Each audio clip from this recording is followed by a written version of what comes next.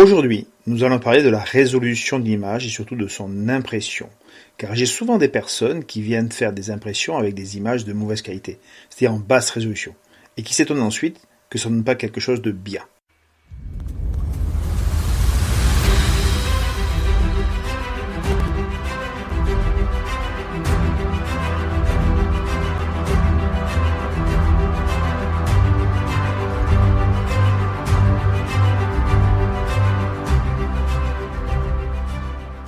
Bonjour, je suis très heureux de vous retrouver encore sur notre chaîne YouTube L'informatique vous rendra libre. Aujourd'hui, nous allons parler photos et impression de ces photos. Et pour bien comprendre ce qu'il en est, il va falloir d'abord dans un premier temps aborder quelques points importants. Souvent, quand vous récupérez une image qui vous plaît sur Internet, vous ne faites pas attention à sa résolution. C'est-à-dire le nombre de points, de pixels qui la composent. Car plus la résolution de cette image sera élevée, plus belle et plus précise sera l'image. En gros, c'est l'équivalent du grain dont vous parlez avant en photo. Et votre image, comme votre écran d'ailleurs, est composée d'un nombre de points sur la hauteur et un certain nombre de points sur la largeur. Et en multipliant les deux, vous obtenez ainsi le nombre d'images qui vont composer cette image. Petite histoire, c'est la même chose que sur l'appareil photo. Quand on vous parle, vous savez, d'appareil photo faisant 5, 8, 12, 24 mégapixels. Mais ça signifie que l'appareil photo peut prendre des photos faisant 5 millions, 8 millions, 12 millions de pixels et ainsi de suite. Pour vous donner une idée, un appareil photo qui ferait du 5 mégapixels, il ferait donc des photos qui auraient une résolution de 2560 sur 1920. Alors qu'un 8 mégapixels ferait des photos qui font du 3840 sur 2160 en termes de pixels en hauteur et en largeur. Et maintenant, des appareils photo vont jusqu'à 50 mégapixels ou même plus. Donc la résolution semble effectivement délirante, c'est du 7400 sur 6800 dpi. Mais alors, pourquoi faire la course aux pixels ? Tout simplement parce que lorsqu'on veut imprimer une image, le système définit un nombre de points qu'une imprimante physique va déposer par pouce. C'est-à-dire que, je vous rappelle qu'un pouce c'est 2,4 cm, 2,54 je vous disais. Donc si vous voulez imprimer une photo en taille par exemple 10-13, 10 cm sur 13 cm, ou en pleine page, mais ça ne fera pas le même résultat. Et dans un cas, votre impression serait nickel, et dans l'autre, elle serait pixelisée. Donc on définit un certain nombre de DPI, de dots per inch, de points d'impression par pouce ou par inch, tout simplement, en fonction de son besoin. Pour un affichage à écran, on est souvent sur du 72 dpi. Si on veut scanner un document quelconque basique, on va utiliser du 150 dpi. Mais si on va avoir une photo de belle taille, de belle qualité, on serait sur du 200, voire sur du 300 dpi, qui est normalement un usage type professionnel. Alors, comme je pense que je vous ai un peu perdu à la dernière impression, je vais vous prendre un exemple. Si ma photo prise avec mon appareil photo en 5 mégapixels a une résolution de 2560 sur 1920 dpi. Ça signifierait que si j'essaie de l'imprimer en 150 dpi, impression classique, elle ferait en termes de taille, réelle sur le papier, j'entends, 2560 divisé par 150, c'est-à-dire par le nombre de points par inch, donc ça fait 17 pouces, et multiplié par 2,54, le poids, la valeur, si vous préférez, d'un pouce ou d'un inch, ça ferait une image qui ferait 43,20 cm sur la largeur. Et d'autre côté, sur la hauteur, 1920 divisé par 150 fois 2,54, ça ferait 32. Donc ça nous ferait une image qui serait de 32 sur 43 cm.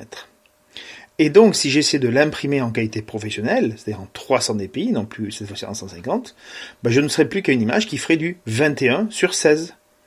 Et si j'essaie d'agrandir plus qu'à cette taille, je commencerai à avoir des pixels, donc ce ne serait pas très très joli. Donc si vous voulez imprimer une photo en 10-13, aucun souci, c'est parfait. Mais si vous voulez réaliser un agrandissement de celle-ci sur un format A3 ou plus, imaginez effectivement que la qualité ne sera pas toujours au rendez-vous. Donc c'est très important de bien choisir la qualité de son appareil photo, mais aussi de télécharger ou de récupérer sinon une image de qualité. Mais là, comment faire ? Allez, on va le faire ensemble. Je pars donc sur mon navigateur et je vais vous montrer ça. Je vais donc choisir bien évidemment maintenant un des monuments les plus célèbres de France pour aller récupérer une photo. Donc on va dire par exemple la Tour Eiffel. Et voyez, j'accède effectivement ici tout simplement à mes réponses. Mais moi ce qui m'intéresse, ce n'est bien évidemment que des images. Donc je vais venir cliquer sur le petit titre qui s'appelle Images ici. Et là, il va me proposer bien évidemment tout un tas de photos diverses et variées, plus ou moins belles, de la Tour Eiffel. Mais comme je vais pouvoir après imprimer pour m'en faire une litho ou n'importe quoi, j'ai besoin d'avoir une photo de grande taille. Donc vous voyez que dans le choix, dans les filtres qui sont présents ici, j'ai une notion de taille et je pourrais ainsi choisir une photo de grande taille. Et vous pourrez remarquer que sur chaque photo apparaît en bas à droite, vous voyez incrusté dans l'image, la taille en question de l'image. Et donc ça va me permettre ainsi de pouvoir trouver une image qui va me plaire, mais qui sera également de belle taille pour que si je l'imprime, on n'ait pas ainsi, bien évidemment, automatiquement, trop de pixels qui apparaissent. Donc on va prendre pourquoi pas celle-ci, billet Tour Eiffel, je clique dessus, c'est une image qui fait 1920 par 1300 et je vais donc ainsi pouvoir, bien évidemment, enregistrer mon image dans mon ordinateur. Vous avez vu, il n'y a rien de complexe à faire ça. Mais par contre, ce qui est aussi important de se dire, c'est que quand vous allez chercher une image qui va vous convenir, il faut regarder que cette image soit libre de droit. Si c'est pour un usage public, commercial, ou c'est pour mettre par exemple sur un site web, dans des mails. Pour éviter de vous faire tomber dessus par les propriétaires ou les agences de com correspondantes si vous la téléchargez et c'est utilisé à usage professionnel. Parce qu'ils vont effectivement vous demander souvent beaucoup d'argent par rapport à ça. Pour la petite histoire, il existe des sites web où vous pourrez trouver facilement des milliers d'images gratuites et libres de droit. C'est le cas par exemple de pixabay.com, de pexel.com, de unsplash.com, enfin il y en a tout un tas par rapport à ça, il y a magnifique.com et bien d'autres encore, bien évidemment. Attention toutefois, certains sites vous parlent d'images libres de droit, et quand vous faites votre recherche, vous apparaissent comme ça, mais ils vont vous obliger à vous abonner pour avoir le droit d'y accéder. C'est le cas par exemple de estockphoto.com ou de Shutterstock. Donc à vous de voir ce qu'il en est, parce que ça peut avoir aussi un coût.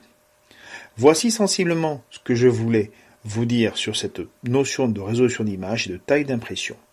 Comme toujours, n'hésitez pas à partager nos vidéos et à parler de notre chaîne autour de vous, car c'est grâce à vous que nous pourrons ainsi nous faire connaître et ainsi proposer au plus grand nombre ces vidéos expliquant comment utiliser l'outil informatique. Et puis comme toujours, n'oubliez pas de cliquer sur le petit pouce bleu pour dire si vous avez aimé, à vous abonner et à cliquer sur la petite cloche en attendant bien sûr nos prochaines vidéos. Je n'ai plus qu'à vous souhaiter une bonne fin de semaine. À bientôt.